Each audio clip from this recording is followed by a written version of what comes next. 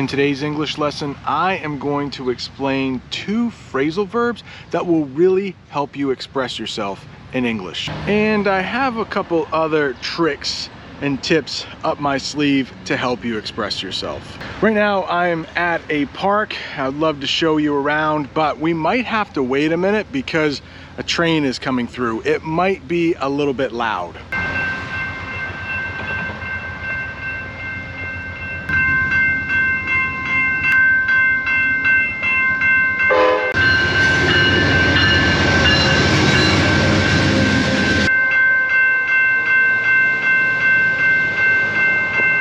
This is not one of the English phrasal verbs I planned on teaching, but backed up because that train came through the town. Traffic got backed up. That means a bunch of cars had to wait. They were in a line, stopped. That's backed up. But the 2 phrasal verbs I wanted to teach you today are fogged up and steamed up.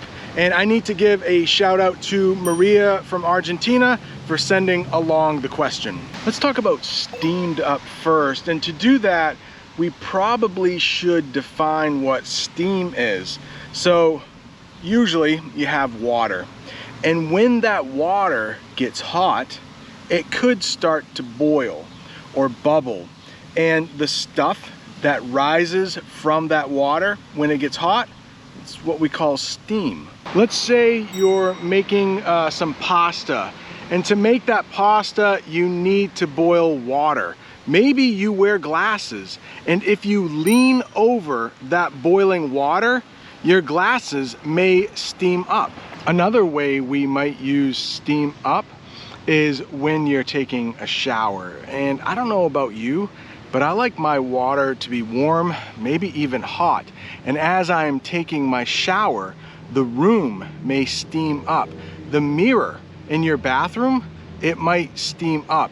The windows in your bathroom, they might even steam up. Often when we're talking about steam up, we're talking about glass, mirrors, windows. The next one, fog up or fogged up. Let's talk about fog first. I'm sure you all know about clouds in the sky. Well, fog is that stuff that's kind of like a cloud on the ground. Often when it's been really warm the next day and then it cools off, another phrasal verb there, in the morning, there might be a lot of fog on the ground. It's hard to see through fog. Sometimes we say the fog is so thick, it's like pea soup. I don't think many Americans eat pea soup anymore, but apparently it's thick. It's as thick as pea soup. That's what we say about fog sometimes. So when you fog something up, you could talk about the inside of your car. If your car is completely shut, the doors are shut, the windows are up, and you have a lot of people breathing, well, the windows in your car, they might fog up. Some of you may know my son, he plays hockey. And a lot of times when he's done with hockey practice or a hockey game, he comes into the car and he's all sweaty because he's been working really hard. It doesn't take much for the windows to start fogging up because he's breathing so heavily and he's also so sweaty. His clothes are wet. It causes the car windows to fog up. The first bonus word is condensation. So when there is a lot of water in the room, you might see the little drops of water, or sometimes we call those droplets of water, really small bunches of water. Well, if there is a lot of water in that room, those little droplets we might call condensation. So the windows might start fogging up, but if it lasts for a long time, there might be a little more water on the window than fog, and then you can say, wow, there is a lot of condensation here in the car. If you saw the video where I slept overnight in a McDonald's parking lot, yeah, it's midnight and I had to get up and turn the car on because it is a little cold. It started out that I was fogging up the windows, but then it turned more to condensation as the night went on. It was kind of warm during the day, and then it cooled off.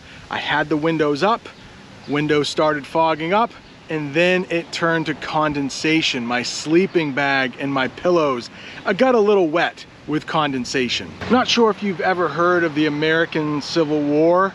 Anytime you hear Civil War in English, that is when a country is fighting against itself.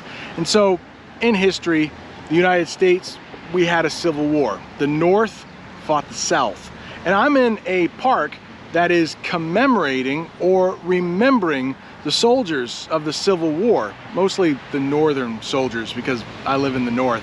But standing right beside a cannon right now, and apparently this cannon was at the first battle of the Civil War and the last battle of the Civil War.